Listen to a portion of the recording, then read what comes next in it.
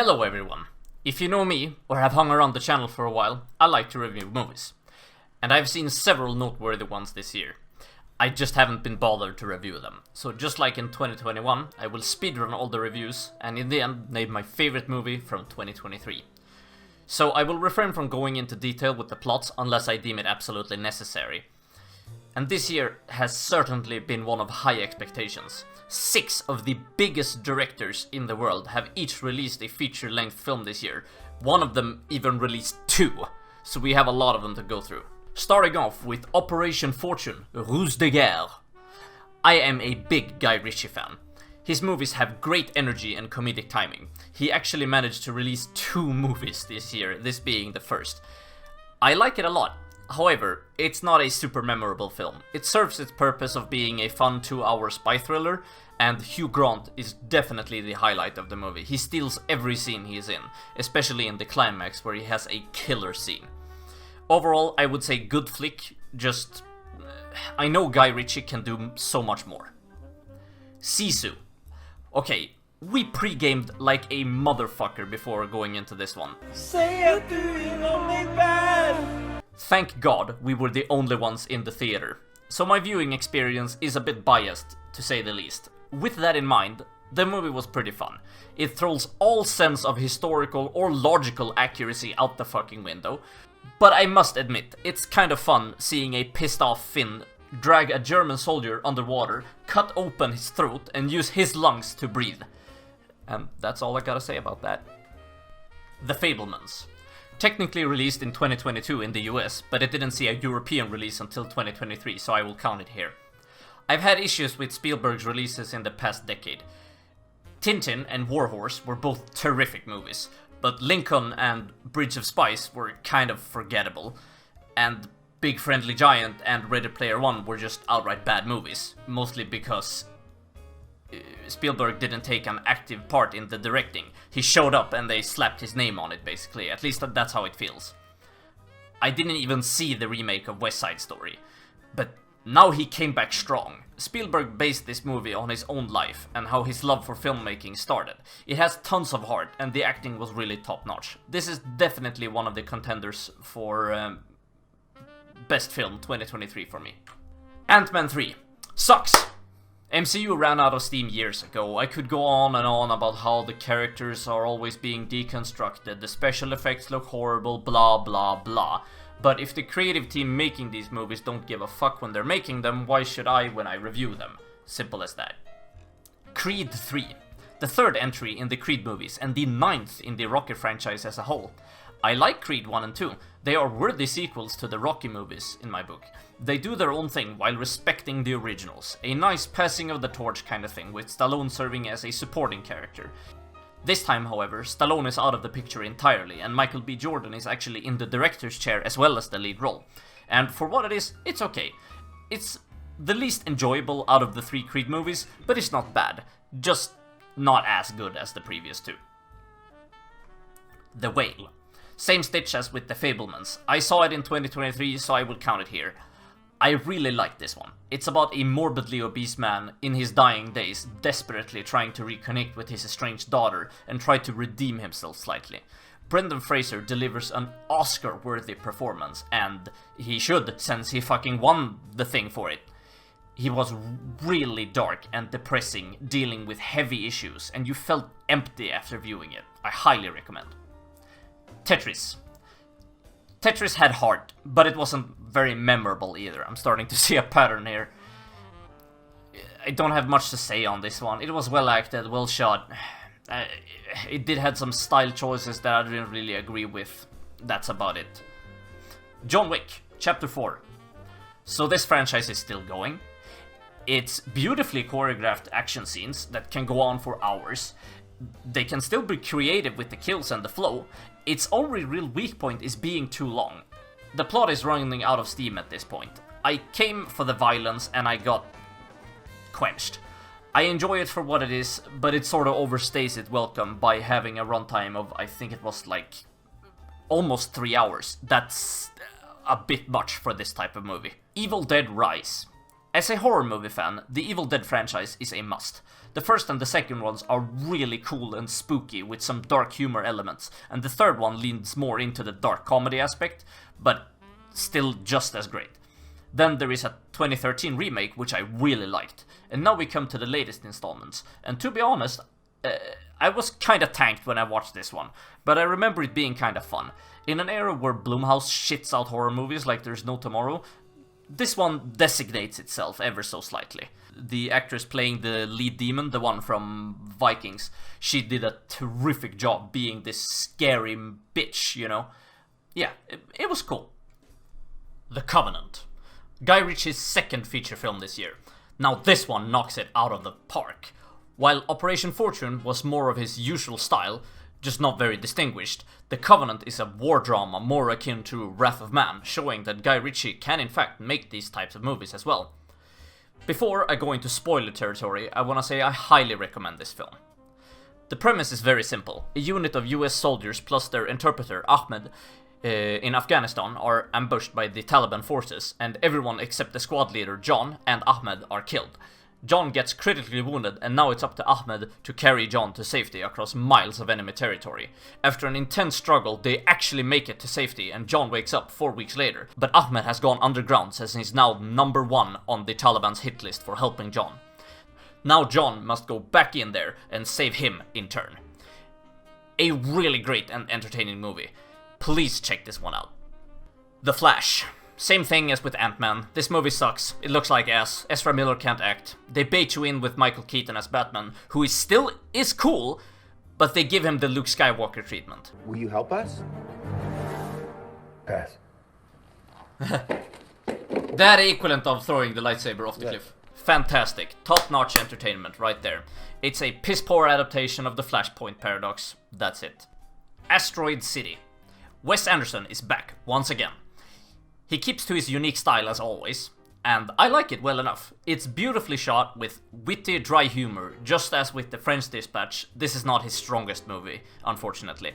Wes Anderson movies often feel like he's a bit full of himself, and while I would say segments of The French Dispatch are better than Asteroid City as a whole, Asteroid City feels more complete and to the point.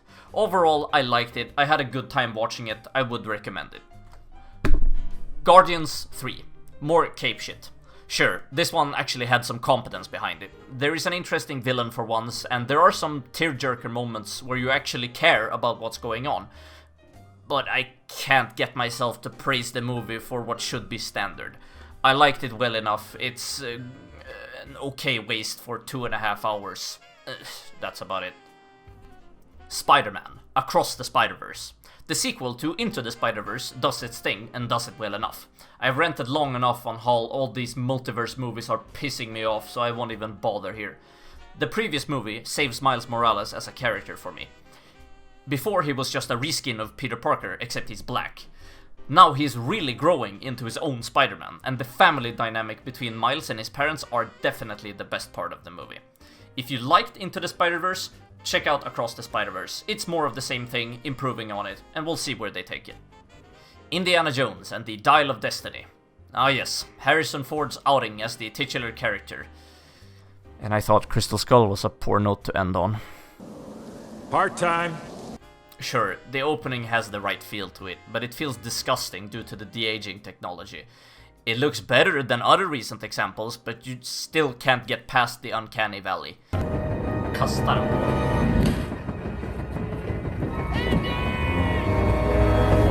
Whoa! Okay, no, han är done. fucking dead! The movie takes place in the late 60s, Indy's depressed drunk because his son died off screen. Great, another movie icon turned into a depressed old fuck. How exciting. Phoebe Waller-Bridge is back in another banger role. I really loved her last time. Excuse me. Get your presumptuous ass out of my seat. She sucks on every level. Her character is really unlikable, and she and Harrison Ford have no chemistry whatsoever.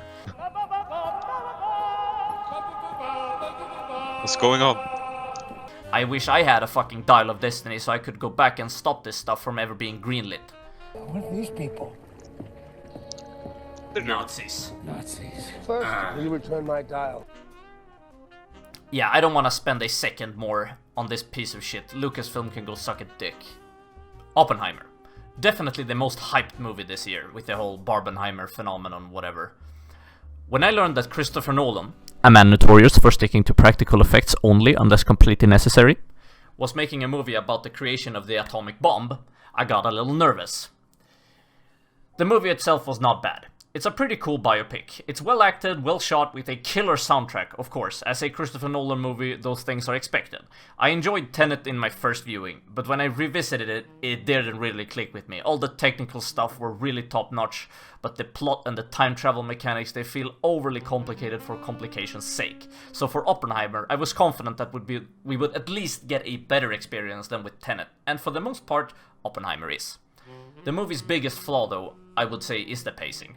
The movie follows 3 stages of Oppenheimer's life. 1 pre-Manhattan Project, 1 during, and the immediate fallout, no pun intended, and 1 during Oppenheimer's subsequent trial for communist suspicions and political machinations he gets stuck in.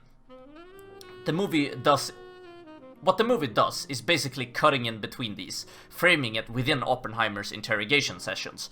That was a mistake, if you ask me. It made the movie feel unnecessarily jumpy when they could have just told the story chronologically.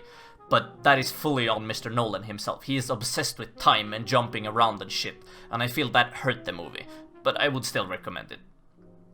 Mission Impossible: Dead Reckoning, Part 1. Easy to summarize. The previous movie, Fallout, was a masterpiece of an action movie. By far the best in the series, and I was beyond excited for this one. And it's a 2-parter nonetheless, meaning that we are in for one epic fucking story. And it is, for the most part, just not quite up to Fallout's level of action. I like Dead Reckoning, but it's harder to judge since we don't have the complete story just yet. Saw X. I've mentioned before that the Saw franchise is my favorite horror franchise of all time. To me, it's the perfect example of a low-budget project doing the best with what they had, and it turned out great. I like almost all of the entries. 1 to 3 are perfection, 4 to 6 have some problems but are overall good. 7 feels really phoned in and disconnected from the rest of the franchise, but the ending ties everything together and finish it off neatly. Then they resurrect it 10 years later, trying to retcon certain plot points, and it didn't sit well with me, and the spin-off was lame and forgettable. This new one, Saw X, is closer to the originals than the previous 2, but still slightly off the mark. Tobin Bell is still nailing the part of John Kramer, but the plot felt weird and the traps aren't as memorable. Otherwise, I have nothing more to say. The Killer. David Fincher's latest. I like this one. It's about an assassin who, after painstakingly setting up a hit, he misses in the last possible second, and now he must battle his employer who wants revenge for the blunder. It's about professionalism, taking your time, getting the job done, and when the main character is an assassin, those themes really lend themselves to the movie.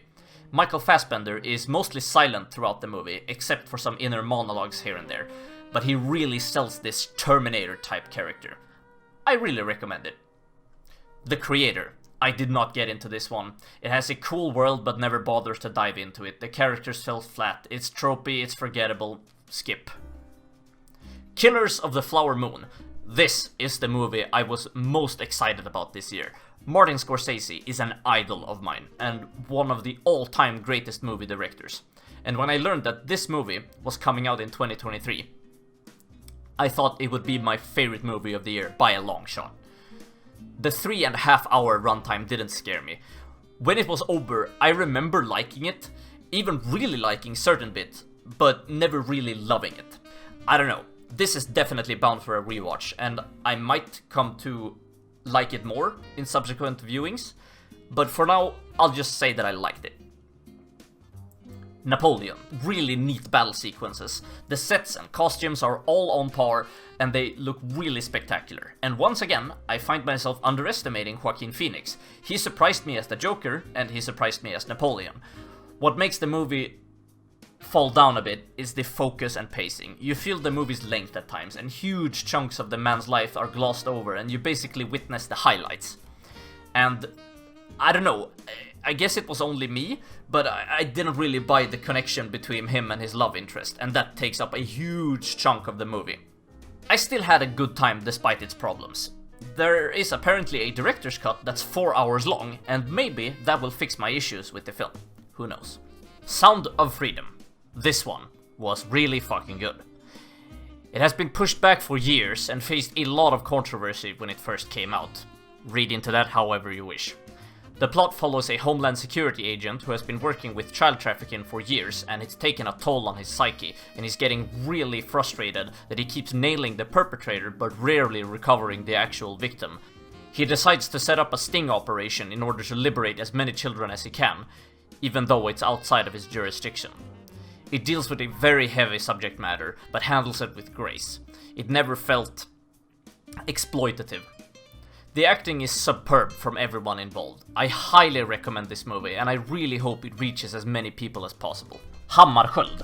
A solid Swedish high-budget biopic with some heavy exposition in the beginning, but once it actually gets going, it goes hard. It is a political drama thriller about the final months of former Secretary General of the United Nations, Dag Hammarskjöld, who is a Swedish icon. The actors all did a fine job, especially the lead actor, Mikael Persbrandt. I didn't know much about the man going in, but after the movie was over, you got the gist of it. Just as any good biopic should. Godzilla Minus. This is it. Finally, a good fucking film. This movie sets its sights for what it wants to do and executes it with perfection. It is the first Godzilla movie I can say would be almost just as great if Godzilla wasn't even in it. The human characters have always been the weakest part in the Hollywood-made kaiju movies, and as always, when Hollywood tries to adapt this fucking character, Toho comes back strong and shows how it's done. No bullshit, just pure fucking entertainment. All on a budget of under $15 million. I might be on crack, but this movie almost moved me to tears. The human characters are amazing. I appreciate the fact that the characters are actually smart. They make quick and logical decisions and come up with a brilliant plan at the end. Nobody says or does stupid things for comedic effect, as in every fucking movie out there right now. The special effects are amazing. You really feel the weight and the destruction in this fucking pic. I rewatched the original and the 1984 sequel, plus Shin Godzilla, just after Minus One, and I gotta say, Minus One is the best movie in this franchise by a mile, and my pick for the best movie of 2023. Go watch this one. Of course, there were some notable TV series releases this year, so I'll gloss over some of the notable ones. Ahsoka. Fuck Star Wars, fuck Disney, fuck everything. This show fucks with decades of established lore. I don't care for Rosario Dawson's Ahsoka anymore. She's just a plank with next to zero personality. And Sabine Wren. Remember when the Force was special, and you had to have decades of training to wield it properly. And, most importantly, you had to be sensitive to actually open yourself up to the Force. Remember when there were actual stakes? Before, if you got stabbed by a lightsaber, it was game over for you. Now people get stabbed left and right and they just walk it off like it's nothing.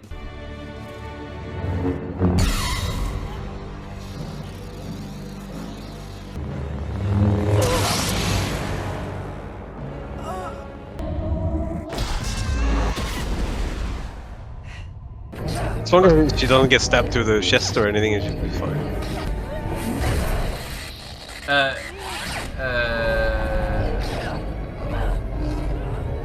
Alltså jag vet att hon överlever. She literally survives. Fuck you. Fuck you, Star Wars, jävla fitt helvetes jävel. Remember when Luke was the last remaining Jedi? Well, fuck that shit. Sabine literally dooms the entire galaxy by handing over the map that will allow Thrawn to return to the enemy. She gets no flack for this whatsoever. Mary Sue, what the freaking do? Hon kommer bara ta ut båda samtidigt. Alltså...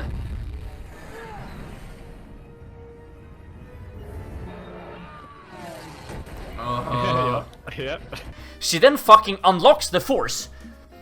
So I guess fucking anyone can unlock Force powers now. As long as you keep at it, you'll get there. Yeah, this makes zero sense. Like, why the fuck wouldn't Donnie Yen's character from Rogue One unlock it? He is more dedicated to this religion than Sabine ever will be. But she gets it and he doesn't? I don't know. All this serves to do is invalidate the exclusivity of having Force powers. Now everyone can fucking use them, so what's the point? Everyone can be super. And when everyone's super, no one will be. God, I hate this shit. I hate Disney so much. They have fucked with content that I have been passionate about for almost my entire life. And everyone who fucking shills for the shit says it's the most amazing thing ever. I fucking spit on you people, I tell you that. And of course, I gotta mention Thrawn. His live-action debut. My favorite Star Wars character next to Luke Skywalker. Well, they had to go and give him the treatment too, huh? He is played by Lars Mikkelsen, who does the voice acting for him in Rebels. And he does a fine job with the material he's given. But they write him so dumb in some scenes. Like, sure, he's ultimately victorious at the end of the show, yes. But the Thrawn from the books wouldn't have looked so stupid getting there. No. Exakt. Det är så typiskt Thrawn. Should we do the obvious thing? No. I'm plotting right now. Let him cook. The tactical decisions made by Thrawn here makes no sense at all. And that is the one thing you need to get right about him. The only real upside was Ray Stevenson's character, Balon Skull. I thought he was going to be the new canon equivalent to Joruus C'baoth, who was an on-off ally of Thrawn in the books. But unfortunately, Ray Stevenson passed away, so unless they recast him, we'll never know where his story was going. But that's... we'll see, I guess. The Last of Us. It was a fine show, a great adaptation from the first game. Not a huge fan of Bella Ramsey, but she did an okay Ellie, I guess. Not much else to say. Gen V. A cool spin-off of The Boys. It contains some of the same edgy humor and writing, and I really liked it, except for the ultimate ending. We'll see where it leads to, if it's going to tie into Season 4 of The Boys, or get renewed for a second season. But as it is now, I felt disappointed by the ultimate ending. Barry, Season 4. A solid finish to an awesome show. The show managed to stay good throughout its entire run, and I truly commend it for that. If you haven't seen the show, please check it out. It is a perfect blend of dark comedy, drama, and action, and I definitely wouldn't want to spoil anything. I highly recommend it. Star Trek Picard, Season 3, and Strange New Worlds, Season 2. Picard, Season 1 and 2, as well as Discovery, was some of the worst Star Trek content ever made. Immigration and customs, baby. What we want are arrests. We're looking for a male Hispanic, female Hispanic. My God, there's so many. This is how you tell good sci-fi, Rich. You have a reflection of today's hostile, divisive political environment that we're in. Fascinating. The distortion field seems to be sustained by the collective energy of every ship within it. Detecting neutronium alloy fibers, those used to be theoretical. Some of these hulls are organic. Some are completely comprised of holographic containment walls. Is that a new constitution? I bet it can sleep a crew of 1,000, no, 2,000. Detached nacelles? Where do they even put the warp core? That's a flying rainforest. I'm doing my part too.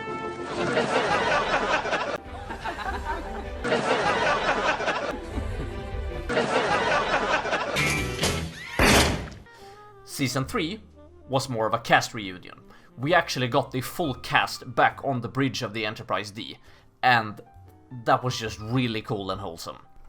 Which is at least better than what we got as Star Wars fans. Season 3 is littered with member berries left and right, and the plot starts off with a mystery villain which evolves into this huge conspiracy, and it turns out the founders of the Dominion, who are the main antagonists of the Deep Space Nine series, have returned and infiltrated the Federation, trying to destroy it from within. Great!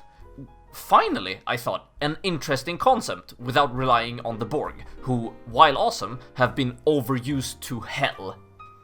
And what do they do with this concept? Turns out it was the Borg who was behind it all. Fuck you, Alec Kurtzman. This video is about to be on an FBI watch list. You, just like Kathleen Kennedy, were horrible picks to helm your respective franchises, and I truly wish the both of you bodily harm. Strange New Worlds Season 2 while not as god-awful as Discovery or Picard, it still contains a couple of stinkers here and there, but I like some of the characters, especially Pike. The actor playing Pike is an absolute gem. And the overall feel of the show is okay, but most importantly, it's nice to be back to classic episodic storytelling instead of this grand fucking gotta save the galaxy plot every fucking time. Ondskan, or translated to Evil, a Swedish drama series and remake of the 2003 movie, which in turn is based off the book with the same name. That movie is one of my, if not my, absolute favorite Swedish movie of all time. So the show has a lot to live up to. I liked it. The show was good for the most part. It explores a couple of things that were not in the movie, and the acting was really good. The main trio stood out, since I've never seen them before. Gustav Skarsgård, who plays the main antagonist in the original movie, actually has a role in this remake. He plays the stepfather this time around, instead of the bully. A nice way to include him, since now he can torment the main character as the older generation. And since he was by far the best part of the original movie, it's nice to see him giving his touch to this take as well. The only real downside is that the show simplifies and drags out things that are covered quick and efficient in the movie. For example, the main character, right? His father abuses him, that's the whole point. And you hate this bastard so much for what he does to the main character. But in the show, the father, he has to shoot a dog in the face, point blank, so you'll hate him. And that is a cheap way for the audience to feel a certain way. I don't like that type of stuff. And that's it for my 2023 movie cavalcade.